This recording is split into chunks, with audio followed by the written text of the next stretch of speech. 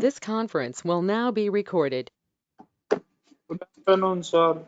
Afternoon, sir. Good afternoon. Good afternoon. શું કે વાવાઝોડું? તમારે છે એવું જ છે અમારે. મારે તો ઘરે છે અને બારે છે. તારે કેવી રીતે છે?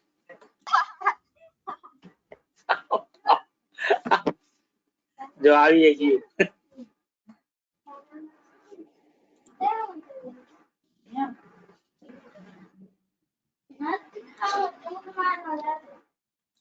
શું કે કાલ રાત્રે તો મોજ પડી ગઈ ને 8 વાગે? અરે સર જોરદાર. સર ગજબની. નીકળ્યા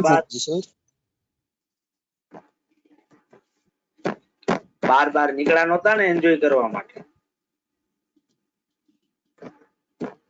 વહેલા ના આવી ગયા સર હતા એમ ઘરમાં. બાર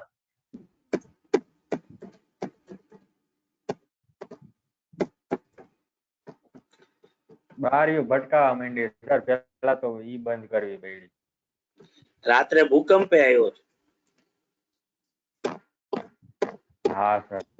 આપણે એકવાર ગોઠવી લઈ કે જો આ 1-2 મહિનામાં જો કઈ પૂરું થઈ જવાનું હોય તો ખોટી એટલી માથાપોડી ન કરી ને. હા એ જ ને. સર હું તો ઈ જ વિચારતો હતો. ગયા તો ઓલી સ્પુતનિક વાળી રસી લઈને પૂરું કરી નાખાય. હા સર એ લઈ લે. સર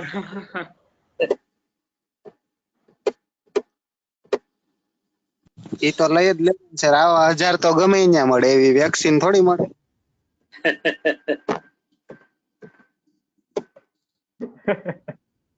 પેલા સર લેશે, બીજું હું. ના ના ભાઈ, સસ્તી છે. મેં તો ઓલરેડી ઘણી વેક્સિનેશન થઈ ગયું ભાઈ. મારે તમારા બરોબર. લોકો માટે જ હતું ભાઈ. સર તમે થોડોક લાભ લ્યો. લાલા તમે લ્યો, મોજ કરો. બાકી તો અમને ખોટું ન લાગે.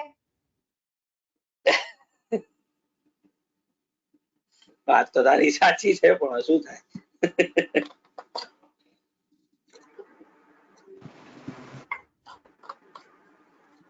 ના ના સાહેબ, મેં નથી લીધી વેક્સિન. હું એકચ્યુઅલમાં હવે લઈશ. આ આવી ગઈ ને, અને સિરિયસ નોટ ઉપર સ્પુતનિક ને જ લેવાની 1000 રૂપિયા વાળી. ગ્રુપ વાળી. 91% એ સર કઈ ઓલી તમે કાલે કીધી ઈ રસી લેવાના? ના, ઈ નામ વાળી લેવા. ઈ રસી નહીં ભગા. એના માટે તો પૃથ્વી ઉપર એક આ અલગ ઈ ને સ્પુટનિક. મુદ્રામાં જન્મવું પડે. હા, ઈ જ કહું ને સ્પુટનિક વાળી. જેવી સમજી જાય ઈ સ્પુટનિક. હું કેમ બીજું કહું? આ તો હું ઈ જ કહું ને સ્પુટનિક રસી નું જ કહું. હા હા ઓલી વેક્સિન આવે ને ઈ. જેવીને ઉતાવળ હતી લઈ એ સર લેવાની. ઈ કેટલી આવવાની? એ સર ઈ ડે કેટલી આવવાની? સર રસી જેવી ખબર પડી તમને? હે?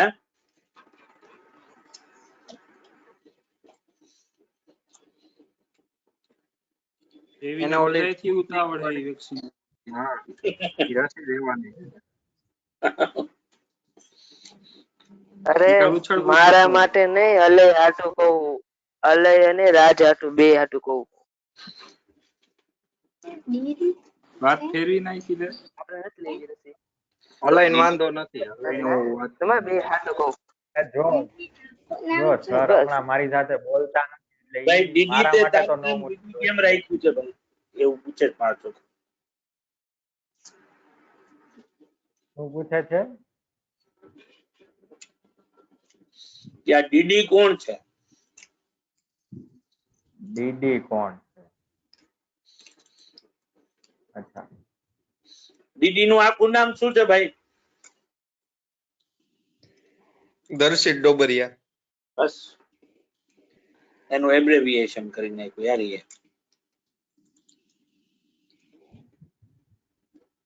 ડીડી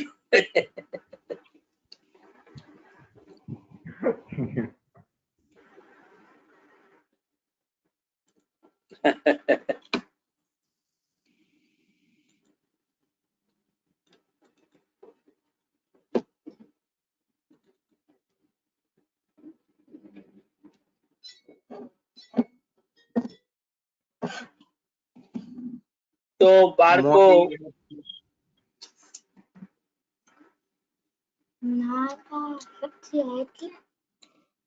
નારા રાજ્ય એટલે તો શું થાય? રાજ્યા એટલે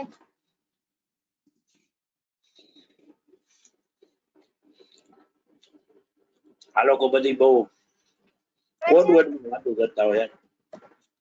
આપણને ખબર ન પડે. અમને તો ખબર પડે એટલે તો તમને મીનિંગ ખબર.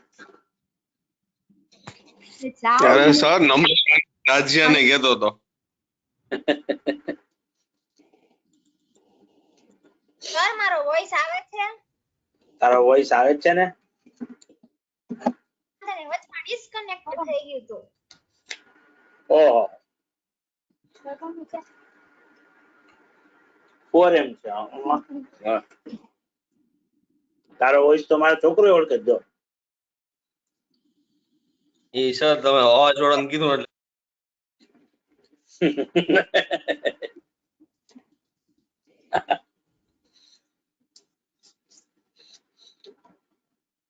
તો બાળકો આપણા ચેપ્ટરમાં નેક્સ્ટ પોઈન્ટ જે છે થિયરીના પોઈન્ટ ઓફ વ્યૂ થી પણ એક ઇમ્પોર્ટન્ટ ક્વેશ્ચન તમે જોશો જ કે કેટલી બધી વાર જે છે આ ક્વેશ્ચન જે છે એ પાસ્ટ એક્ઝામિનેશનમાં પૂછાણો છે અને એ છે એબીસી એનાલિસિસ. નાઉ મટીરિયલ કંટ્રોલ ના અંદર આપણે ઘણી બધી વસ્તુઓ શીખ્યા. લેવલ્સ નક્કી કરવું, કઈ રીતે ઓર્ડર પ્લેસ કરવો, ફિલ્ડ રેશિયો કોને કહેવાય, સ્ટોર લેજર શું હોય. નાઉ નેક્સ્ટ પાર્ટ છે કે આપણે EOQ ની થિયરીના અંદર ને બધાયમાં આપણે જોયું હતું સ્ટોક હોલ્ડિંગ કોસ્ટ. નાઉ કેરિંગ કોસ્ટ, તમે જે ગોડાઉનમાં ગુડ્સ રાખો છો એને કેરી કરવા માટે જે રૂપિયા ઇન્કર્ડ કરો છો, બરાબર, એને આપણે કેરિંગ કોસ્ટ જે છે એ કહીએ છીએ. હવે એઝ અ મેન્યુફેક્ચરર તમે ઓબ્વિયસલી એવું જરૂરી નથી કે સિંગલ કોમોડિટી જ બનાવતા હો, અને સિંગલ કોમોડિટી બનાવવા માટે તમારે એક સિંગલ રો મટીરિયલ ની જરૂર પડે. તમારી પાસે નંબર ઓફ અલગ અલગ ટાઈપના રો મટીરિયલ્સ જે છે એ હોય છે કે જે તમે તમારા ફાઇનલ પ્રોડક્ટ બનાવવા માટે યુઝ કરતા હો. તો જો જેમ કે આજે તમે લોકો છો તો ભલે તમે અનકોન્શિયસલી પણ જ્યારે તમે એક્ઝામની પ્રિપેરેશન કરતા હશો ત્યારે અમુક સબ્જેક્ટને તમે વધારે વેઇટેજ આપો, કારણ કે તમારી દ્રષ્ટિએ ઇમ્પોર્ટન્ટ છે, બરાબર. એટલે કદાચ તમે જેટલું કોસ્ટમાં મહેનત કરશો, જેટલી તમે અકાઉન્ટ્સમાં મહેનત કરશો, એની કમ્પેરિઝનમાં ઓડિટમાં એટલા કલાકો નહીં આપો જેટલા કલાકો તમે કોસ્ટ, અકાઉન્ટ કે ટેક્સ માટે આપ્યા હશે.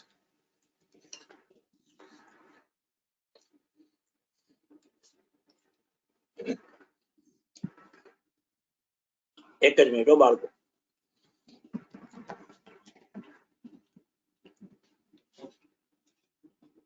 તો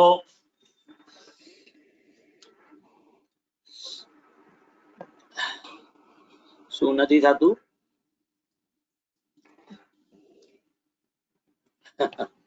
હિંમત જ નથી થતી એમાં તો. અડધી કલાક તો માંડ વાંચતા ઓડિટ તો. તો ઓબ્વિયસલી બાળકો આ તમે according to the importance of the subject તમે તમારા એફર્ટ્સ ને શું કરેલા છે? કોન્સન્ટ્રેટ કરેલા છે. જો તમે આવું ન કરતા હો તો તમારે એફર્ટ્સ વાઇઝ બધી જગ્યાએ કેવું આપવું પડે? એક સરખું અલોકેશન કરવું પડે, જેના લીધે કદાચ તમને ડિઝાયર રિઝલ્ટ તમારું જેવું મળવું જોઈએ એવું કદાચ તમને ન પણ મળે. તો ઓબ્વિયસલી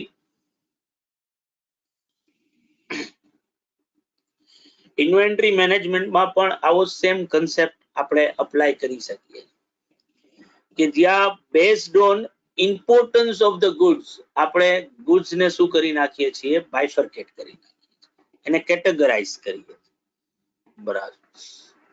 અને કેટેગરી વાઇઝ જે છે, જે સૌથી ઇમ્પોર્ટન્ટ ગુડ્સ છે એના ઉપર આપણે સૌથી વધારે કોન્સન્ટ્રેટેડ એફર્ટ્સ આપીએ છીએ. એમાં કોઈ ભાંગતૂટ ન થાય, એમાં કોઈ લોસ ન થાય, એ આપણે એના ઉપર ટૂંકમાં અજમાવી શકીએ છીએ. અને જે લીસ્ટ ઇમ્પોર્ટન્ટ છે એના ઉપર આપણે એટલું ધ્યાન આપતા નથી. એબીસી નો કન્સેપ્ટ જે છે એ આના ઉપર જ સી. આ તમારા માટે ઇમ્પોર્ટન્ટ એ રીતે પણ યાદ રાખવાનું ભાઈ, કારણ કે તમારા સિલેબસમાં એક એબીસી નામનું ચેપ્ટર છે, એક્ટિવિટી બેઝડ કોસ્ટિંગ. તમારે આ કન્ફ્યુઝન થઈ જ શકે. જો એબીસી એનાલિસિસ પૂછાય ને તો તમને આ પૂછ્યું છે, બરાબર, અને ખાલી એબીસી પૂછાય તો એક્ટિવિટી બેઝડ કોસ્ટિંગ પૂછ્યું. એબીસી એનાલિસિસ જે છે એ ઓબ્વિયસલી ઇન્વેન્ટરી મેનેજમેન્ટ નો એક પાર્ટ છે. એબીસી એક આખી થિયોરી છે, બરાબર, કે જ્યાં કોસ્ટ ડ્રાઈવર્સ ને આઈડેન્ટિફાઈ કરી અને આપણે કોસ્ટ ડિટર્મિનેશન જે છે એ કરવાનું થશે, બરાબર. હવે આ એબીસી એનાલિસિસ નો કન્સેપ્ટ જે છે ને એને સમજવું હોય તો તમે તમારા આપણે જ્યાં રહીએ છીએ આપણા મકાનમાં, આપણા ઘરના અંદર જે છે એને તમે વિઝ્યુઅલાઇઝ કરશો ને, બરાબર, એટલે તમને એમને આ કન્સેપ્ટ જે છે એ બહુ ક્લેરિટીમાં આવી જશે. ઇવન ધો તમને કોસ્ટ વિશે અત્યાર સુધી કાંઈ ખબર નથી, કે તમારા ઘરમાં કોઈ એવા લોકો નથી કે જેને કોસ્ટ વિશે કઈ વાંચ્યું હોય કે ભણ્યા હોય, પણ તોય આપણે એબીસી નો કન્સેપ્ટ આપણા ઘરમાં ભરપૂર રીતે કરીએ છીએ. જો આપણે આપણા ઘરના અંદર નંબર ઓફ આઇટમ્સ જોઈએ ને અને એને નંબર વાઇઝ જો બાયફર્કેટ કરીએ તો સૌથી વધારે નંબર્સ તમને જો જોવા મળશે ને બધી વસ્તુની કમ્પેરિઝનમાં, ડબલી જોવા મળશે સૌથી વધારે. કોઈના પણ ઘરના અંદર in terms of number wise જો કોઈ આઈટમ હશે તો એ ડબલા ડુબલી હશે, બરાબર. આ ડબલા ડુબલીને સાચવવા માટે તમે કોઈ જાતની એફર્ટ્સ જે છે એ કરતા નથી. એ અમુક વાર ઠેબે ચડતા હોય છે, અમુક તૂટીએ જાય છે, બરાબર, અને સ્ટોર રૂમ ના અંદર એમને ઘા થતા હોય છે. ઇવન જે લોકો બહારના લોકો તમારા ઘરના આવે છે, તમારા ઘરની મુલાકાતે આવે છે, તમને કોઈ ટેન્શન નથી એ વાતનું કે એ લોકો તમારા ડબલા ડુબલી જોઈ જશે તો, બરાબર. એટલે સાવ પબ્લિક ડિસ્પ્લેમાં રાખ્યા હોય તમે કિચનમાં અને બધી જગ્યા. અને ઇવન તમે ઘરમાં કોઈ બીજા લોકોને પણ ઈ એક્સેસ આપી દો છો કે ભાઈ તું આથી ઓલું લેતો આવ, બિસ્કિટ લેતો આવ, કે ખાંડની ચા લેતો ખાંડ લેતો આવ, કે ચા ડબ્બામાંથી કાઢી લે, કે બરાબર. આવું શું કામ થાય છે? કારણ કે આ સૌથી ઓછા એક્સપેન્સિવ આઇટમ્સ માંની છે. In terms of number wise કેવા છે, ઘણા વધારે, પણ માનો કે કદાચ કંઈક ભાંગી ગયું, તૂટી ગયું, કે કોઈક બઠવીએ ગયું તો એ તમને એવડો મોટો ફિનાન્શિયલ લોસ ડબલા ડુબલીના લોસ થવાથી નહીં થાય. એની સામે તમારા ઇલેક્ટ્રોનિક ગેજેટ્સ છે, તમારી ફર્નિચરની અમુક આઇટમ છે, સોફા સેટ કે ડાઇનિંગ ટેબલ, કે એ કમ્પેર ટુ ડબલા ડુબલી કેવા છે, ઓછા છે, બરાબર. In terms of value wise જે છે, બરાબર, વેલ્યુ વાઇઝ કેવા છે તો કે ડબલા ડુબલી કરતા વધારે છે. તમે એની થોડી કેર વધારે કરો, ત્યાં રોજ સાફ સફાઈ કરો છો, બરાબર, રોજ એમાં કઈ આડું ન થઈ જાય. કોઈ ઘરમાં નાનો છોકરો મારે રોજ માથાકૂટ કરવી પડે છે કે ઓલો મારો બેટો ગરીબ હોલમાં જેમ તેમ ધોની બનીને શોટ મારતો હોય તો મારે એને કેવું પડે છે ભાઈ આ ટીવી પડ્યું છે, આ પડ્યું, ધ્યાન રાખ ભાઈ, બહાર જા, ફળિયામાં રહો, બરાબર. આ સ્પેશિયલ કંટ્રોલ ત્યાં રાખવો પડે છે કે જેથી કરીને જો એનો લોસ થશે, ઈ ક્યાંક ભાંગી તૂટી જશે કે કોઈ બટવી જશે તો ઓબ્વિયસલી મારે થોડોક વધારે ફાઇનાન્શિયલ લોસ બેર કરવાનો આવશે, બરાબર. પણ તોય આમાં પણ તમે એવા સ્ટ્રિંજન્ટ મેઝર નથી લેતા. આજે બહારથી કોઈ અજાણ્યો માણસ આવે તો એ આરામથી મારા ઘરમાં કયા ટાઈપનું ફર્નિચર છે, કયા ટાઈપના ગેજેટ છે, એ આરામથી જોઈ શકે છે, બરાબર. હું એને કોઈ છુપાડીને કે એ રીતે રાખતો નથી. એની સામે એક ત્રીજી વસ્તુ છે જેને આપણે વેલ્યુએબલ્સ કહીએ, બરાબર. આપણા મમ્મીની કે આપણા બેનની કે તમારા તો જીવનમાં હજી મને ખબર નથી, હું એમને ખાલી અઝમ્પશન કર્યું, એ ઘટના નથી બની કે તમારી વાઈફની કે એની જો જ્વેલરીઝ જો પડી હોય, તો આ in terms of number wise જોશો ને તો સૌથી ઓછા નંબરમાં છે. સૌથી ઓછામાં ઓછા નંબર્સ જો હોય તો આ જ્વેલરીઝ ના છે, બરાબર, સંખ્યામાં. પણ આને સાચવવામાં તમે અટમોસ્ટ કેર લ્યો છો. કબાટના અંદર તિજોરી, તિજોરીના અંદર ચોરખાનું, ચોરખાનામાં પાછી ચાવી, બરાબર, અને એના અંદર તમે જે છે બકા એવું તો હજી આપણે પ્રોગ્રેસિવ થયા નથી કે ગર્લફ્રેન્ડ ની જ્વેલરી તારા ઘરમાં પડી હોય. હાજી, હજી ઈ વસ્તુને તો વાર છે બકા. હજી ઈ કદાચ તારો છોકરા થશે ને ઈ એરામાં એવું થશે કદાચ. અત્યારે તારી કઈક વસ્તુ ગર્લફ્રેન્ડ ના ઘરે પડી હશે, તો ગર્લફ્રેન્ડ ની વસ્તુ તારા ઘરે પડી હોય એમાં માલ નથી. બરાબર. હજી છોકરીઓ એટલી મૂર્ખે નથી બની. એ લોકો મૂર્ખ હોય છે એવું આપણે માનીને જઈએ, પણ એ પોતાની જ્વેલરી તને સાચવવા આપી દે.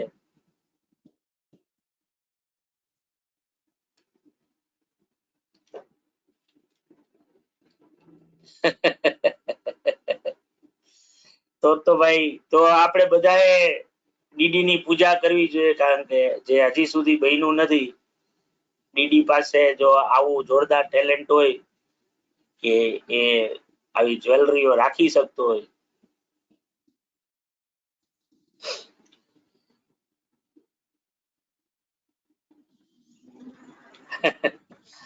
પણ જેવું વાત કરતો હતો બાળકો, પાછા એના ઉપર આવીએ તો ઓબ્વિયસલી અહીંયા આપણે અટમોસ્ટ કેર રાખીએ છીએ આને સાચવવા.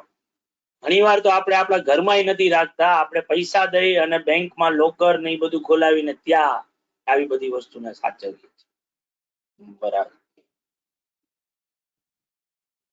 તમે જોશો કે આવું કરવાનું તમારા માટે પોસિબલ છે. શું કામ? કારણ કે તમે ઓલરેડી આ વસ્તુને આઈડેન્ટિફાઈ કરેલી છે કે તમારા માટે મોસ્ટ ઇમ્પોર્ટન્ટ આઇટમ્સ કઈ છે, અને એને સાચવવામાં, એને હેન્ડલ કરવામાં તમે પૂરેપૂરી તમારી કોન્સન્ટ્રેટેડ ઇફેક્ટ જે છે એ લગાડી. બરાબર.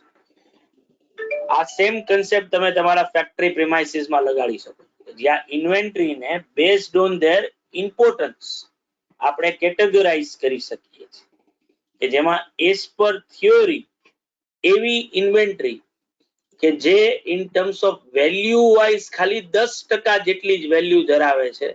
In terms of number wise, sorry, in terms of number wise ખાલી 10% જેટલા ક્વોન્ટિટીમાં એનું નંબર છે. જે ટોટલ ક્વોન્ટિટી ગોડાઉનમાં છે એમાં આ ઇન્વેન્ટરીઝ જે છે એ ખાલી 10% જેટલી જ છે ઓવરઓલ.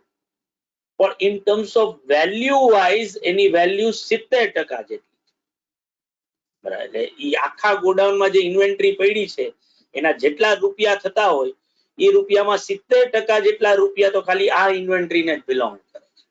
તો આવી ઇન્વેન્ટરીને આપણે એ ક્લાસ કે એ ટાઈપની ઇન્વેન્ટરી કહીશું. બરાબર. જે જો અહીંયા લખ્યું છે કે items in a class A constitutes the most important class of inventory so far as proportion in the total values of inventories is concerned. બરાબર. તો ઓબ્વિયસલી ઇન ટર્મ્સ ઓફ એ ના અંદર જો આ ગ્રાફમાં મેં બતાવેલું છે કે એ ક્લાસની ઇન્વેન્ટરી છે 10% જેટલી, નંબર ઓફ આઇટમ વાઇઝ. બરાબર. તો in terms of rupees wise એ 70 થી 80% જેટલું જે છે એ વેલ્યુ જે છે ધરાવે છે. બરાબર. એની સામે બી ટાઈપની કેટેગરીમાં કેવી આવશે તો કે જે મોડરેટ ઇમ્પોર્ટન્સ ધરાવે છે, જે in terms of item wise 20% છે અને ઇન ટર્મ્સ ઓફ વેલ્યુમાં પણ એનું કોન્ટ્રીબ્યુશન 20% જેટલું છે. અને સી ટાઈપની કેટેગરીમાં કઈ આવશે તો કે જે આઇટમ વાઇઝ 70% જેટલી વેલ્યુ અને નંબર્સ છે, પણ in terms of value wise એ બહુ નિગ્લિજિબલ અમાઉન્ટ છે. બરાબર. ખાલી 10% જેટલી અમાઉન્ટ જે છે એની છે ઓવરઓલ વેલ્યુના. આ સાવ લીસ્ટ ઇમ્પોર્ટન્ટ ગુડ્સ છે, જેના ઉપર કદાચ કોઈ કંટ્રોલિંગ એફર્ટ્સ નહીં રાખો તોય ચાલશે, બરાબર છે. તો તમે રાધર હેન્ડલિંગ કરવા પાછળ જે ખર્ચો કરશો એનો લોસ થાય એના કરતા ઓછો હશે. તો ઓલા સોના કરતા ઘણા મોંઘી થઈ જાય એના જેવો ઘાટ હશે. તો એના ઉપર કોઈ જાતનું કંટ્રોલિંગ નહીં કરો તોય ચાલે. તમારે ધ્યાન ખાલી કોના ઉપર રાખવું જોઈએ? એ ટાઈપના જ પ્રોડક્ટ ઉપર કે જે એ ટાઈપના ઓલામાં ક્લાસિફાઈ થાય છે એને જ તમારે ટૂંકમાં લેવું જોઈએ તમારા બેઝિક કંટ્રોલ ના પોઈન્ટ ઓફ વ્યૂ થી. એટલે જો હું એનો થિયોરિટિકલ રૂલ કરું ને તો થિયોરિટિકલ રૂલ શું થાય?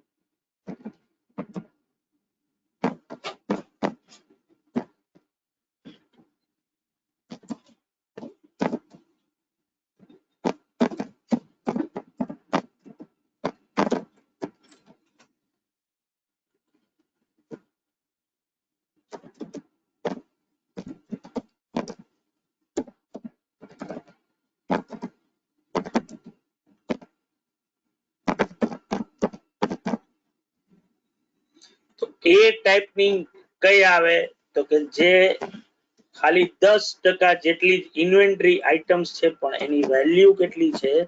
70%. બી ટાઈપની કેટેગરીમાં શું આવે તો કે જે 20% જેટલું છે અને એની વેલ્યુ પણ 20% જેટલી છે.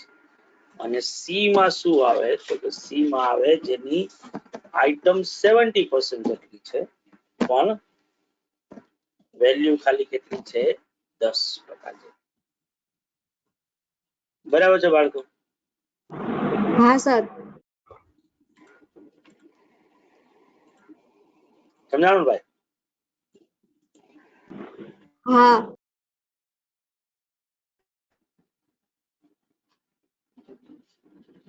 ક્યાં જાઓ?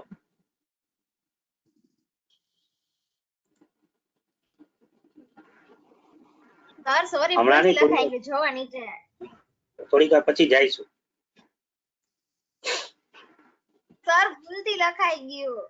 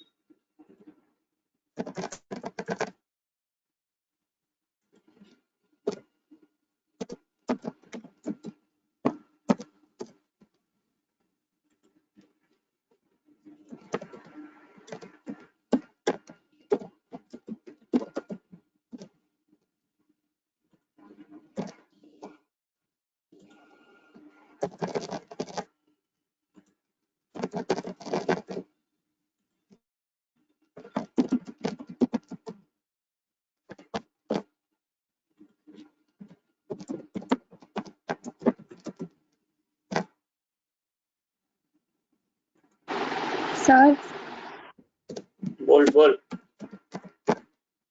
આ લખવાનું છે. આ લખવું તો જોઈએ જ ને.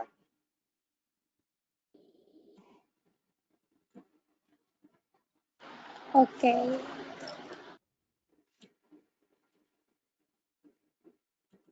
તો બાળકો હું પેલા સમજાવી દઉં પછી તમને કહું. માની લે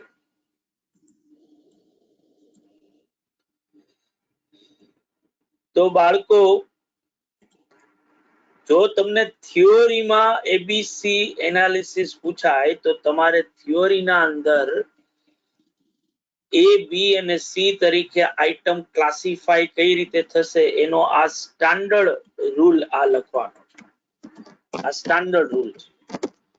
પણ જો મને પ્રેક્ટિકલ ક્વેશ્ચન પૂછાય તો પ્રેક્ટિકલ ક્વેશ્ચનમાં જે મને અલગ અલગ ટાઈપની ઇન્વેન્ટરી આપી છે એ ઇન્વેન્ટરી મેં એ કેવી બી કેવી સી કેવી એના માટે અલગ અલગ લોકો અલગ અલગ રીતે મેથડ યુઝ કરતા હોય છે.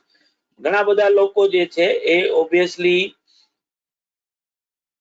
જે છે એ પર્સન્ટેજ ગોતી અને પછી એવી ઇન્વેન્ટરી નો ટોટલ કરે કે જે ક્વોન્ટિટી વાઇઝ 10% થતી હોય અને વેલ્યુ વાઇઝ 70% થતું હોય ટોટલ.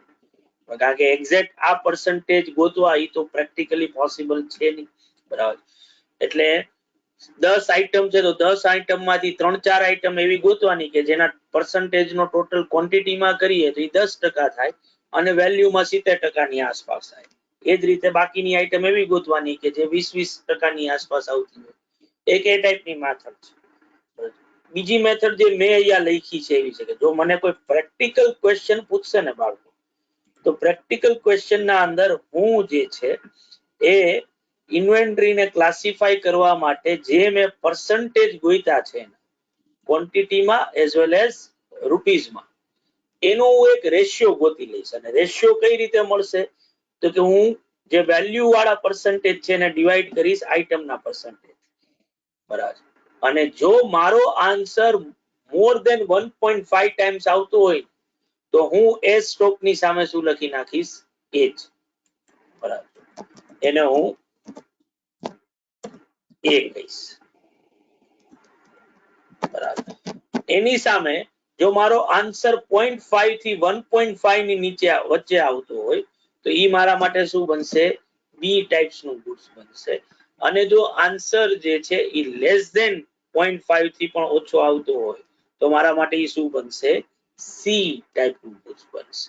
એટલે એ ટાઈપ નું ગુડ્સ છે બી ટાઈપ નું ગુડ્સ છે કે સી ટાઈપ નું ગુડ્સ છે ઈ નક્કી કરવા માટે હું શું કરું છું તો કે હું રેશિયો ગોતું.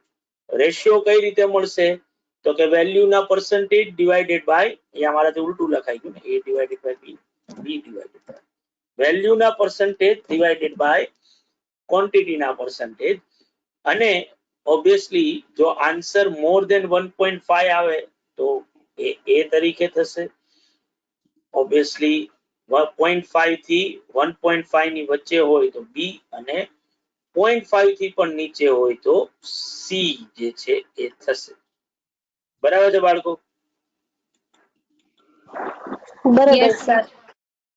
તો હવે તમે આ બે જે મેં બનાવ્યા છે ને ટેબલ આ બે ટેબલ એબીસી એનાલિસિસ ના ટાઇટલ છે તમે બુકમાં બનાવી નાખો.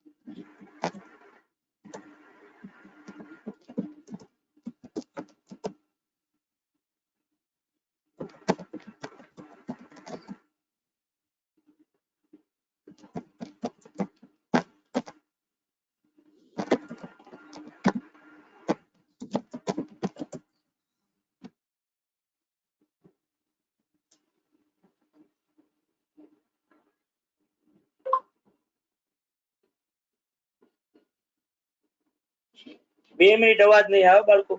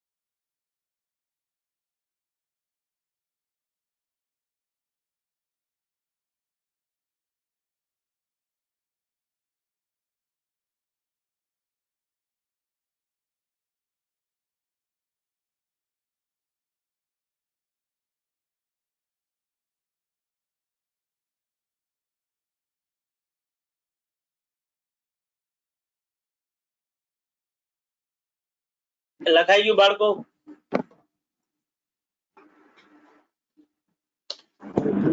હા સર લખાઈ ગયું. 1 મિનિટ.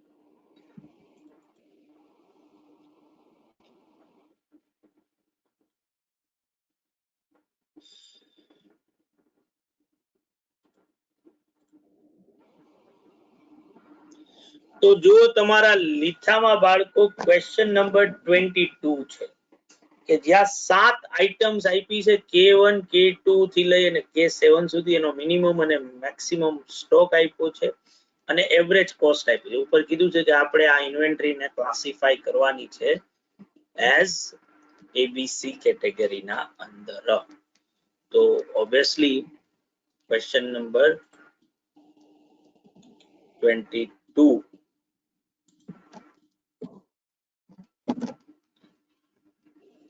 જો મારે આ વસ્તુ કરવી હોય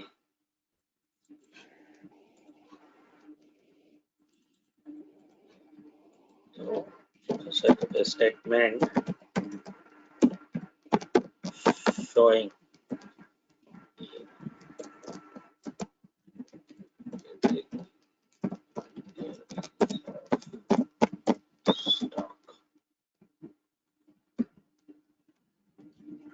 item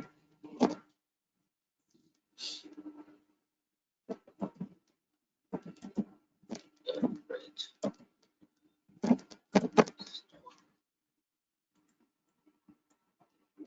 because of સીધું લેવલ નથી આપ્યું, મિનિમમ અને મેક્સિમમ લેવલ આપ્યું છે તો આપણે એનો એવરેજ સ્ટોક જે છે એ ગણી લઈશું કે કેટલો થશે. એવરેજ પ્રાઇસ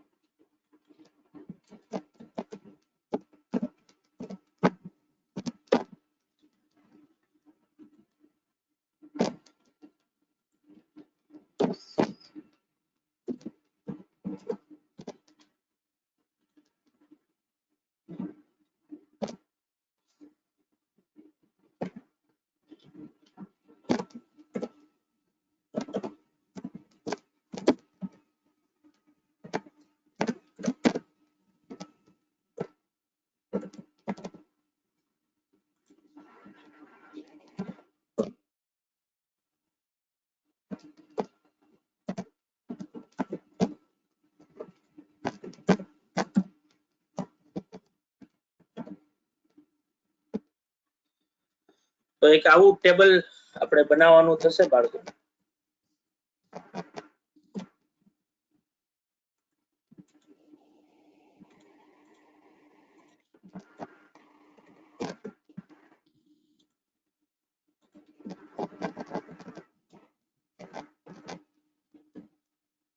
બધાને ભાઈ ટાઇટલ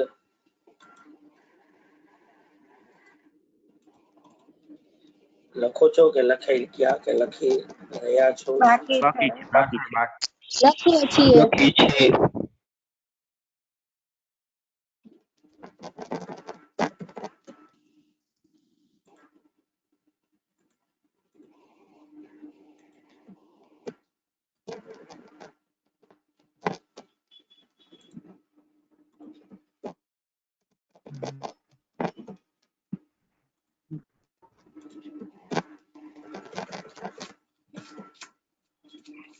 શું થયું બચ્ચા? બોર બોર થતું હતું યાર?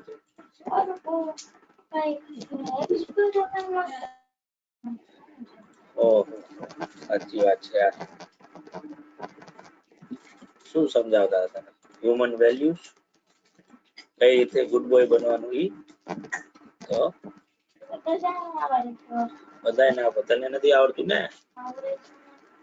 પછી ઓલું શીખવાડતા હતા લાઇટનિંગ કેમ થાય? વોલ્ટેજ કેટલું હોય. લાઇટનિંગ નહીં, આ લાઈટ, આ ટ્યુબલાઇટ ઈ બધા. કેમ તારે નતું કરવું? પણ કઈ એક્સપેરિમેન્ટ નતો દેખાડતો. એવું બધું શું શીખવાનું કઈ કરવાનું જ નહીં, બરાબર છે? Very good. હા, કેમ થાય ઈ કે છે આપણને, આપણે ઈ જાણીને હું કરવું નહીં?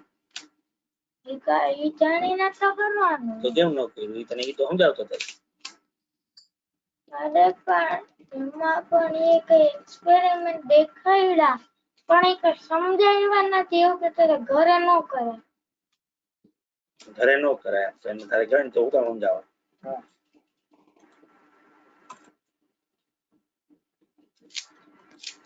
ભાઈ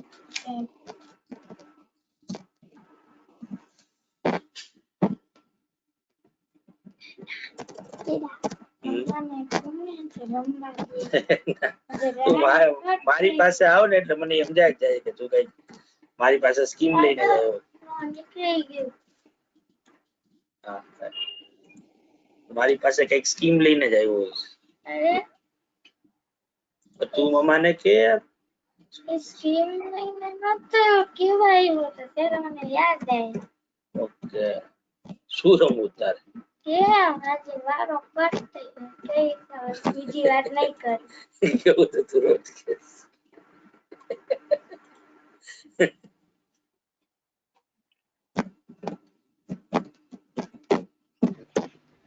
1090 આવશે.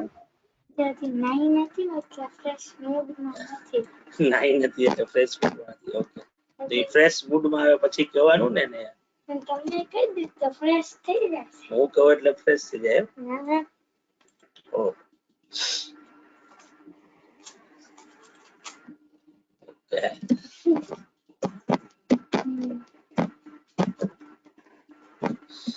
મને પણ એમ થાય છે કે તને હું હેલ્પ કરું શું કામ? શું કરી લાવ? કેલ્ક્યુલેટર દે. મારા કઈ કામ તું કરતો નથી. કેલ્ક્યુલેટર દે. 3760.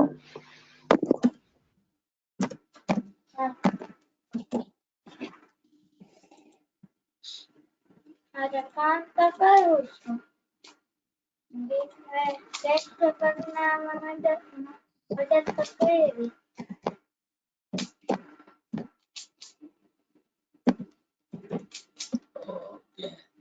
હાલ તો હવે મને તારા પર કેટલો પ્રેમ આવે છે એના પર હું જોઉં, મમ્માને કહું.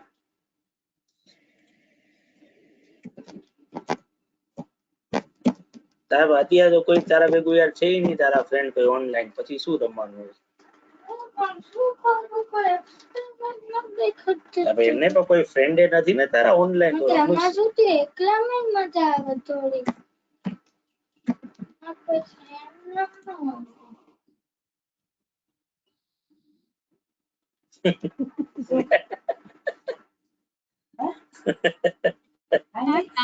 કંપની દઈ દ્યો ને, હે તમે જ કંપની દઈ દ્યો ને એને રમવામાં. શું આપી દઉં? તમારી કંપની એને દ્યો ને એમ રમવામાં, કંટાળે છે તો. હમણાં મારો લેક્ચર પૂરો થાય પછી દઈશ, ત્યાં લગી તો ન દઈ શકું ને. ના તો બહુ કંટાળતો હોય તો દઈ દેવાય. ના ના, મને તમારા વગર હું રહી નથી શકતો ને, એટલે. બસ બસ બસ.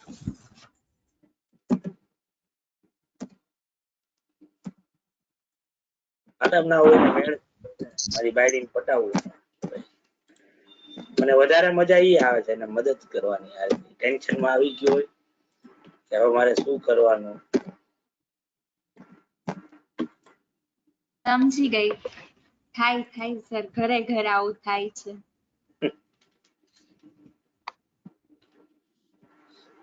એનો આમ મારો બેટો આખા દીમાં શું છે માવડીઓ કોઈથી બોલાવતો નથી, પણ આવો ટેન્શન માં આવે ને ત્યારે એને બાપુજી યાદ આવે. હજી એને ખબર નથી કે બાપુજી એને કેટલી જગ્યાએ મદદ આવે. આ ડાયલોગ સર હું સાંભળું છું.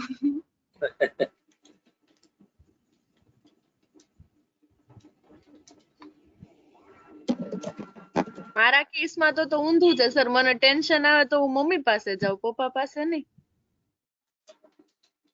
આ પછી અપોઝિટ ઓલામાં હોય ને, છોકરાઓ જનરલી મમ્મી પાસે જ જતા. હું એ માવડીઓ જ છું. બહુ હરખા બાઈસર ટાઈટ થઈ જાય ને ત્યારે બાપુજી યાદ આવે. ઊંધું હોય. હે ગર્લ્સમાં ઊંધું હોય એમ.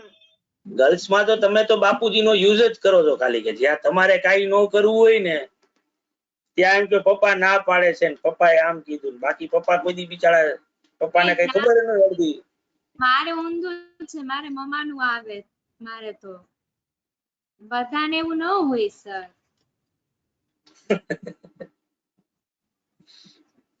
મોસ્ટ ઓફ ના ગર્લ્સ ને છે ને પપ્પાનું વધારે હોય. આ તો બોયઝ ને મમ્મી નું વધારે હોય ને.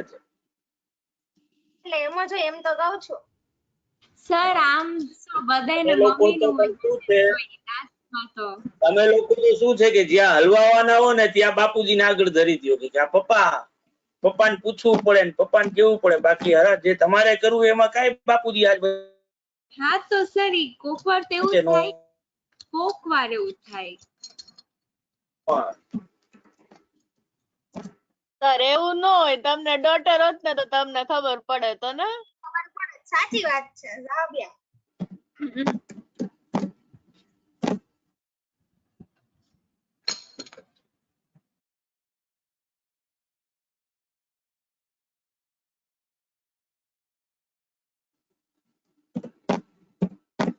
સર કેમ બંધ થઈ ગયા?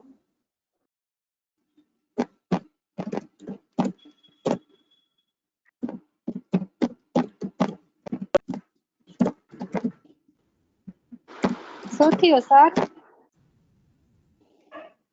સર તમે ચૂપ થઈ શું ગયા. થયું?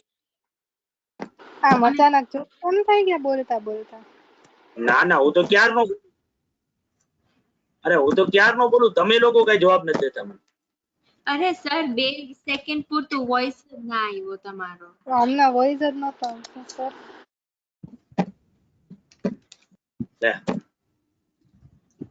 હા આવું શું કે કે સર કેમ બોલતા નથી?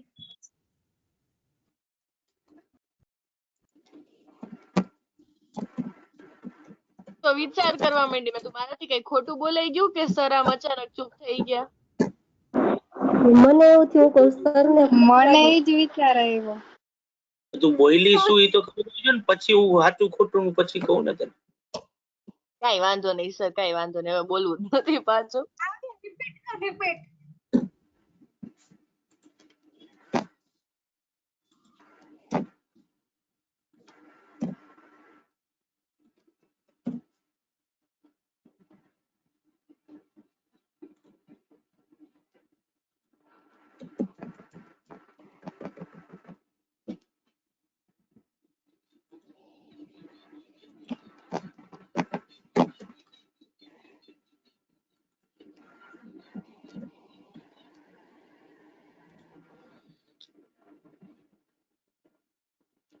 તો બાળકો જરાક સમજી લેજો ભાઈ, તમને 7 ઇન્વેન્ટરી આપી છે K1 થી લઈને K7 સુધીની.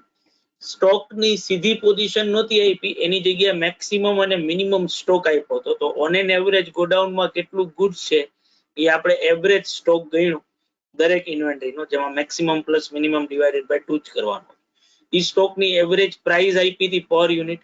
તો આ ક્વોન્ટિટીને પ્રાઇસ થી મલ્ટીપ્લાય કરી એટલે એની ટોટલ વેલ્યુ મળી. એટલે ગોડાઉનમાં અત્યારે ટોટલ 10,000 યુનિટ્સ પડ્યા છે અલગ અલગ આઇટમનો ટોટલ કરીએ તો, અને એની ઓવરઓલ વેલ્યુ 2 લાખ રૂપિયાની થાય છે. હવે બીજું કઈ નહીં કરવાનું, આને પર્સન્ટેજમાં કન્વર્ટ કરી નાખવાનું.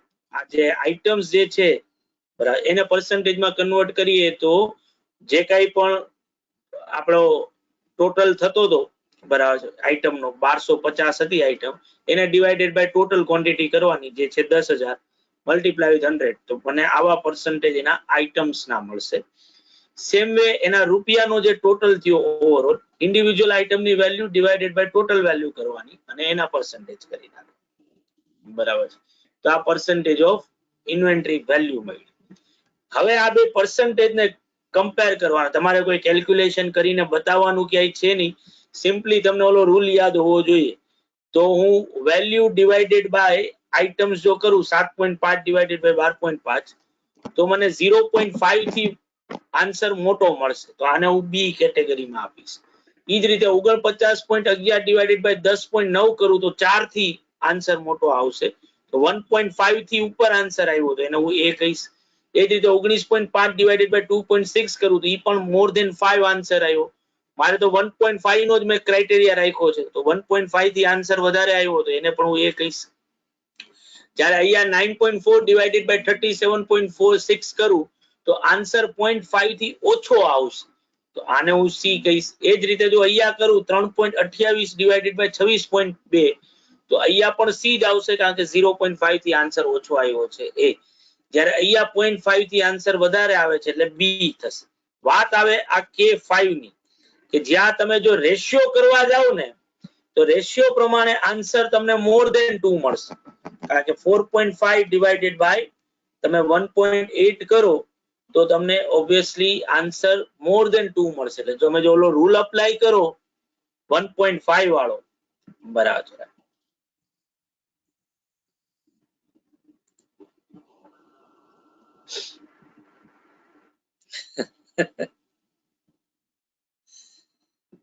ટીટી તું આમ જનરલી તું મારી ઓલી ટેસ્ટ કરવા માટે અમુક ક્વેશ્ચન પૂછતો હો છો કે તને આમ જેન્યુઅન સેન્સમાં નથી જ ખબર હોતી એમ, કે હું આગળ શું બોલ્યો તો ઈ વળી પાછું ભૂલી નથી ગયો ને?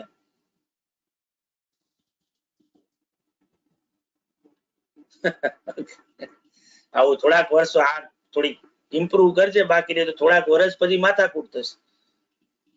કે અમુક લોકો બોલ્યા હશે ને પછી તું પાછું જો એનું ઇન્ટરપ્રિટેશન કરવા માટે એને પૂછીશ પાછું, તો જો તે આ થિયરી લખી હોય ને બકા, જો જેન્યુઅન સેન્સમાં જો તે આ થિયરી લખી હોય ને, તો જો મેં ઉપર બહુ ચોખ્ખું સ્પેસિફિકલી લખીને આપ્યું. જો શું લખ્યું છે, આપણે માઇક ટુ માઇક વાત કરીશું બકા, આપણે બે જણા એકબીજા સાથે.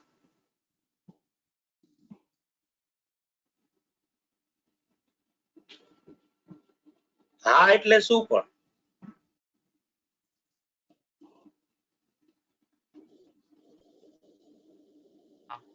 સમજાઈ ગયું સર. હું તોય પાછું તને બીજી તને કોઈ પ્રોબ્લેમ ન થાય. જો મને થિયોરીમાં એબીસી એનાલિસિસ પૂછે ને, તો એબીસી એનાલિસિસ નો આન્સર જ્યારે હું થિયોરી સર વોઇસ નથી આવતો તો. વોઇસ નથી આવતો, કટ થાય છે sir. Sir voice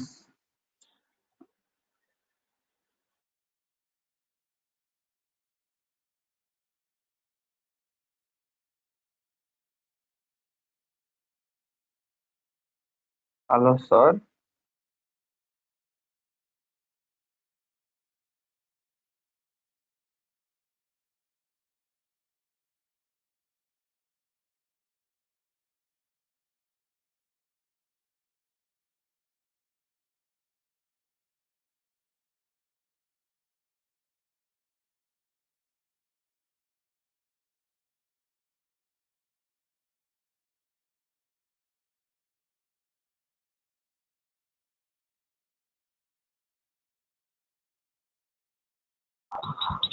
hello sir, voice નથી આવતો.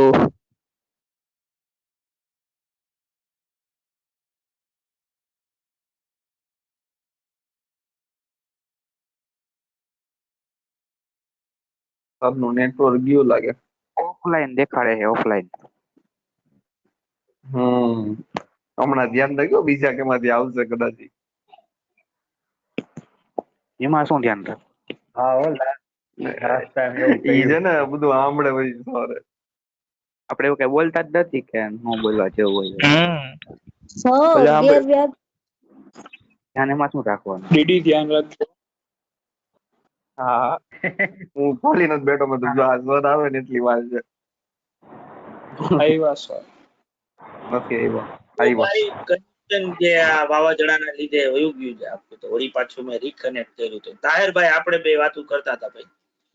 જો મને પ્રેક્ટિકલ ક્વેશ્ચન પૂછાય, પ્રેક્ટિકલ ક્વેશ્ચન જો મને પૂછાય તો પ્રેક્ટિકલ ક્વેશ્ચન ના અંદર બીકોઝ ઓફ 10 70 20 20 અને 70 10 વાળો રૂલ અપ્લાય કરવો પોસિબલ ન થઈ શકે. તો અમુક લોકો ત્યાં શું કરતા હોય છે કે એ લોકો આ રીતે ગોતતા હોય કે ભાઈ એવી ઇન્વેન્ટરી ગોતું કે જે પર્સન્ટેજમાં 10% ની આસપાસ જેની વેલ્યુ થાય આઇટમમાં, અને એની રૂપીસ સેન્સમાં એના પર્સન્ટેજ 70 ની આસપાસ આવે. બરાબર. આઈધર કા તો એક આવો અપ્રોચ છે કે તું ઈ રીતે ગોત કે ભાઈ આજે માન કે તારે એ રીતે જવું હોય તો આ 10% વાળી આઈટ સેલ્ફ હતી જ કે જેના 49% વેલ્યુ તો એક આને લે, એક આને લે. બરાબર. આ બેનો ટોટલ કર તો ઈ ઓલમોસ્ટ 70% થઈ ગયો. તો આ બેને તું એક કેટેગરી કહીશ. એ જ રીતે હવે આ 12% વાળી લે, 8% વાળી લે, એટલે આ બેનો ટોટલ 20% થયો અને ઇન ટર્મ્સ ઓફ રૂપીસ માં એ 20% ની આસપાસ જ આવ્યું. બરાબર. અને જ્યારે આ ત્રણની આઈટમમાં ટોટલ કરવા જઈએ તો એ અરાઉન્ડ કઈક 60-65% જેવું થશે અને રૂપીસમાં એનું ખાલી 12 કે 13% ની વેલ્યુ થઈ. તો આને સી કેટેગરી કહેવાય. એક આવો અપ્રોચ. ઓર બીજો અપ્રોચ મેં લખાયો, બરાબર, કે જેમાં આવી કઈ માથાકૂટ ન કરવી હોય તો શું કરવાનું, તો કે વેલ્યુ ડિવાઇડેડ બાય આઇટમ્સ કરી નાખવાનું. આન્સર જો 1.5 થી વધારે આવે ને તો એની સામે શું લખી નાખવાનું? એ. આન્સર 0.5 થી 1.5 ની વચ્ચે આવે તો બી અને લેસ ધેન 0.5 આવે તો સી. ઈ રૂલ મેં અપ્લાય કર્યો કે 7.5 ડિવાઇડેડ બાય 12.5 કરું ને તો 0.5 થી વધારે આન્સર આવે છે, એને હું બી કહીશ. 49.11 ડિવાઇડેડ બાય 10.9 કરું તો 1.5 થી વધારે આન્સર આવશે, તો એને હું એ કહીશ. 19.5 ડિવાઇડેડ બાય 2.6 કરું તો એને હું એ કહીશ, કારણ કે 1.5 થી આન્સર આવે છે વધારે. એ જ રીતે 9.4 ડિવાઇડેડ બાય 37.6 કરું ને તો 0.5 થી ઓછો આન્સર આવે છે, તો એને હું સી કહીશ. એ જ રીતે 3.28 ડિવાઇડેડ બાય 26.2 કરું ને તો ઈ પણ 0.5 થી ઓછો આવે છે, અહીંયા હું સી જ લખીશ. અને 6.72 ડિવાઇડેડ બાય 8.4 કરું તો ઈ મોર ધેન જે છે એ ઓબ્વિયસલી 0.5 થી વધારે આન્સર આવી રહ્યો છે, તો એને હું બી કહીશ. મેં આ ટાઈપનું કર્યું. પ્રેક્ટિકલ ક્વેશ્ચન કરવા માટે આપણે ઓબ્વિયસલી અપ્રોચ નો યુઝ કરવો પડે. હેલો હેલો હા બોલ બકા. સર એક્ઝામમાં તો આ ફોલો કરશું, બટ સર આપણે પછી આગળ જઈને પ્રેક્ટિકલી ફોલો કરવું હોય તો આપણે ખુદનું રૂલ્સ એમ અમારી રીતે ક્રાઇટેરિયા બને કે આ જ સ્ટાન્ડર્ડ યુઝ કરવાનું એમ પૂછતો સર. તું પોતે વિચાર કે એવી આઇટમ્સ ક્યારે પોસિબલ થઈ શકે એવું કે એક્ઝેક્ટ 70 10 20 20 અને તો નહીં સર, ઓલું 1.5 વાળું રેશિયો વાળું. પછી તું ઈ રેશિયો વાળું કરીશ ઓલમોસ્ટ, તો ઈ ઓલમોસ્ટ એવી જ આઇટમ આઈડેન્ટિફાઈ કરીને આપશે કે જેનો તારો જે ઓલો સ્ટાન્ડર્ડ રૂલ જે હતો ને એની આસપાસ ઈ વસ્તુ તને લઈ જ જશે.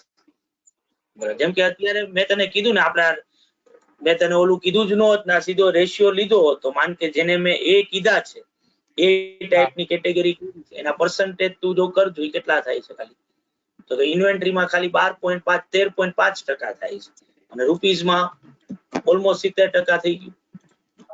બરાબર. 13.5 અને આ 70% થઈ ગયું. તો અહીંયા એ જ આવ્યું ને સામે. મને તો ખબર નહોતી તો મેં તો સામે એ જ લખ્યું. એ જ રીતે જે સી ટાઈપની કેટેગરી છે એના અંદર જો આ ઇન્વેન્ટરી નો ટોટલ કર તો એ ઓલમોસ્ટ 60% થી ઉપર થાય છે. રૂપીસ નો ટોટલ ખાલી 12 કે 13% થાય છે. એટલે તું ઈ રેશિયો વાળું કરીશ રિયલ વર્લ્ડ ના અંદર તો એમાં કઈ ખોટું નહીં પડે એમ મારો કહેવાનો મતલબ એમ. હા સર, ઈ જ પૂછતો હતો સર. હા એટલે મને એક્ઝામ ના સુધી પૂછતું તો જીવનમાં પહોંચી ગયો બગા. પણ એક્ઝામમાં તો આજ ફોલો કરીશ પછી નું સર એમ. અને આ હું તને મારા તરફથી એવું કહી દઉં ભાઈ કે આ જે આપણે લખી રહ્યા છીએ આ જે છે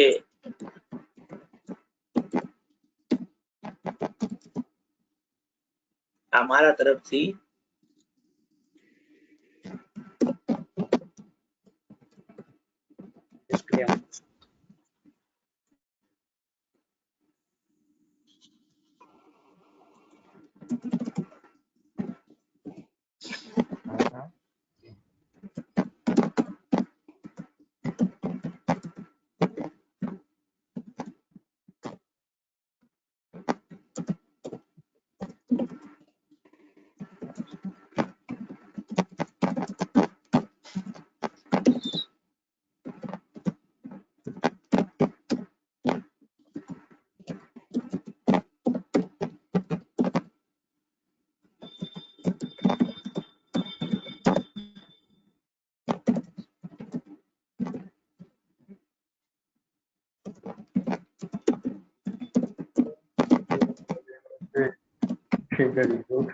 મોટા એ તમારા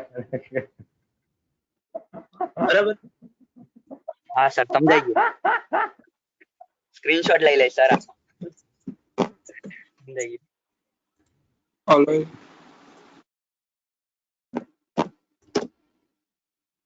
અલય મ્યુટ થા.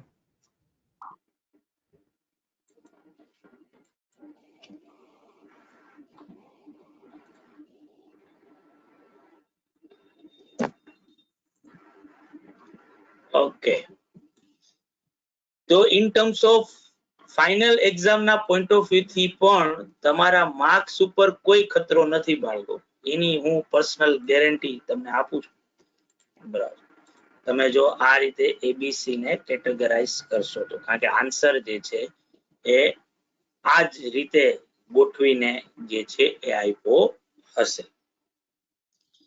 હવે જે વાત આવે બરાબર છે એ છે કે આ K5 નામની જે ઇન્વેન્ટરી છે એમાં જો આપણે રૂલ બેઝ જઈએ ને તો મોર ધેન 1.5 એનો આન્સર આવે. થેન્ક યુ બગા.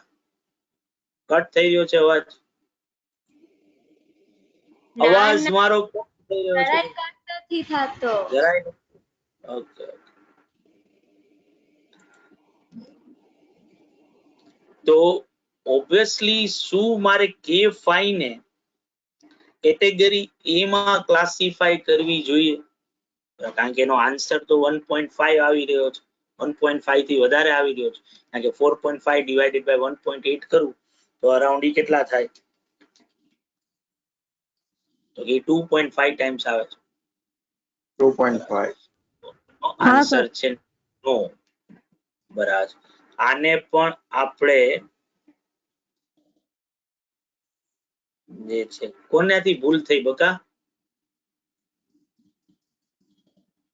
મારાથી સર માઇક ઓન હતું ભૂલથી. કાઈ વાંધો નહીં બકા. તું આખો તું ઓન જ ઓછો આમે તારો માઇક ઓન હોય તો એમાં શું ફેર પડે.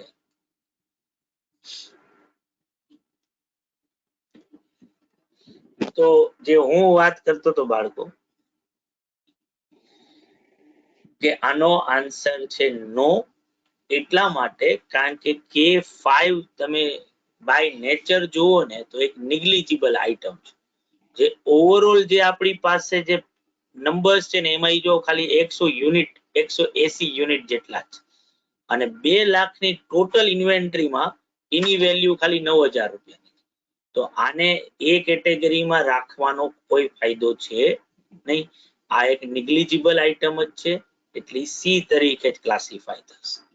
એટલે મેં તમને એક વધારાનો રૂલ જે છે એ આ લખાયો છો કે જો તમે જ્યારે પર્સન્ટેજ ગોતો છો પર્સન્ટેજ ઓફ આઇટમ્સ ને પર્સન્ટેજ ઓફ વેલ્યુ ઈ બેયનો આન્સર 5% થી ઓછો કે 5% ની આસપાસ હોય ને, બેયનો એકનો નહીં, બંને ઈ ક્રાઇટેરિયા ને આઇટમમાં પણ 5% થી ઓછા હોય, વેલ્યુમાં પણ 5% થી ઓછા, તો ત્યાં આપણે આ રૂલ અપ્લાય નહીં કરીએ કેટેગરી ડિફાઇન કરવા માટે.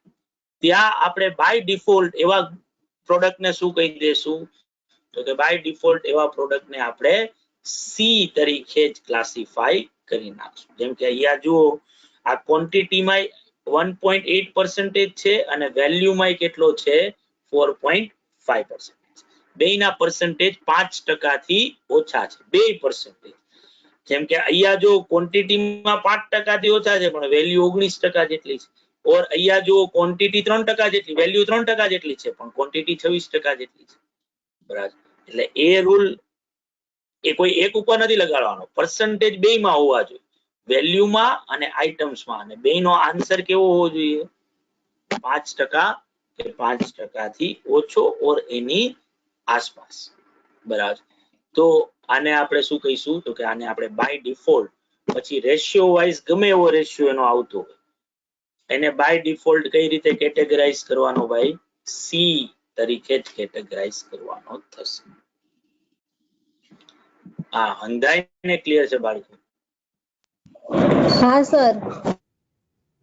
ઓકે, તો બાળકો હજી એક ક્વેશ્ચન આમ તો કરવાનો હતો પણ ટાઈમના અભાવે હું તમને ક્વેશ્ચન લખાવી દઉં છું બાળકો, એબીસી ના ઓલામાં. તમારે મને ગણીને ઈ ક્વેશ્ચન જે છે હોમવર્કમાં આપણે જ્યારે કાલે મળીએ ત્યારે તમારે મને કહેવાનો છે કે તમે કઈ રીતે એ વસ્તુને કેટેગરાઇઝ કરી છે. આ જ સેમ રૂલ તમે એપ્લાય કરી શકો છો સમને ગણવા માટે. કોઈ પણ એબીસી ના ક્વેશ્ચન જે છે એ આ રૂલને અપ્લાય કરીને તમે કાઉન્ટ કરી શકો છો. તો લખો તમે ક્વેશ્ચન કે ફ્રોમ ધ, બધાને ટેબલ થઈ ગયું છે ને બાળકો? હા sir. Following information classify the inventory items into A, B and C categories.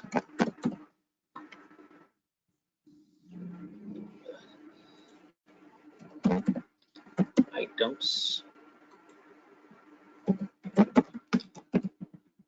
quantity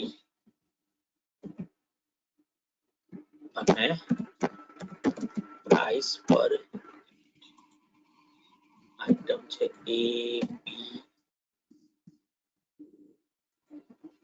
C, D, E क्या गयो, F, H, I, J, K, L. quantity છે 200, price છે 500, quantity છે 600, છે 80, છે 250, price છે 250, 470, 50, 250, 64,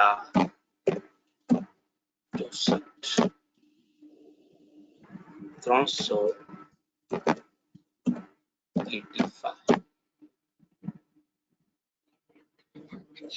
400. હું ક્યારે કરીશ બચ્ચા?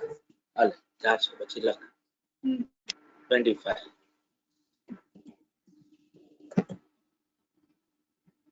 280,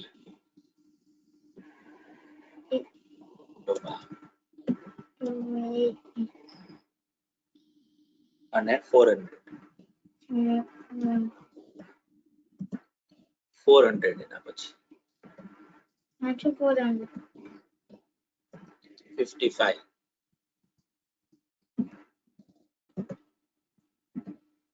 300.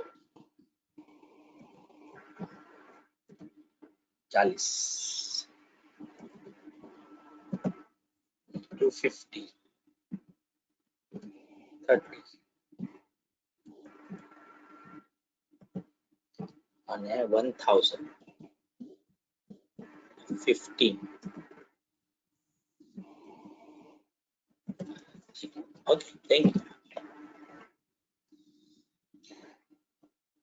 બરાબર બાળકો, આટલી કેટલી છે? 2 4 6 8 10 ને 12 આઈટમ્સ છે ભાઈ. આવું જ સેમ ટેબલ બનાવવાનું. હવે તમારે એવરેજ કરવાની કે કોઈ જરૂર નથી, સીધું ક્વોન્ટિટી જ આપી છે. પર્સન્ટેજ ઓફ આઈટમ્સ કરવાનું, પર્સન્ટેજ ઓફ રૂપીસ કરવાનું, અને પછી રેશિયો પ્રમાણે કેટેગરાઇઝ કરી નાખવાનું થાય. આવડશે બાળકો તમને આવું કરતા? હા સર. આવડે જ ને. તો બાળકો આજે રાત્રે કેમ તુફાન આપણે ત્યાં પહોંચી જશે, તો કોઈ હીરોગીરી કરતા નહીં ભાઈ, ઘરમાં જ રહેજો. હા સર. અને કઈ ખોટી બીજી માથાકૂટ કરતા નહીં, કારણ કે કેટલું સિવિયર હશે એ આપણને ખબર છે નહીં. એટલે કઈ ખોટી ઓલી કરવાની નહીં, ઘરે ને ઘરે રહેવાનું, આનંદ કરવાનો. બરાબર. કાલે જો ઇલેક્ટ્રિસિટી હશે, નેટ પણ ચાલુ હશે, તો કાલે મળીશું બાળકો. કાલે મળીશું. ને જો એક જ લેક્ચર હશે તો શેના માટે મળશું ભાઈ? બેંક માટે. બેંક માટે મળશું કાલે. બરાબર. તો 2 લેક્ચર્સ હશે તો કોસ્ટ બેંક 2 કરીશું. તો આવજો બાળકો બધા. ટેક કેર ભાઈ બધા. આવજો સર. આવજો sir. Take care. Bye bye. Bye bye. આવજો. આ લખાઈ ગયું છે ને ભાઈ? તો બંધ કરું. હા સર, લખાઈ ગયું છે. હા, લખાઈ ગયું છે.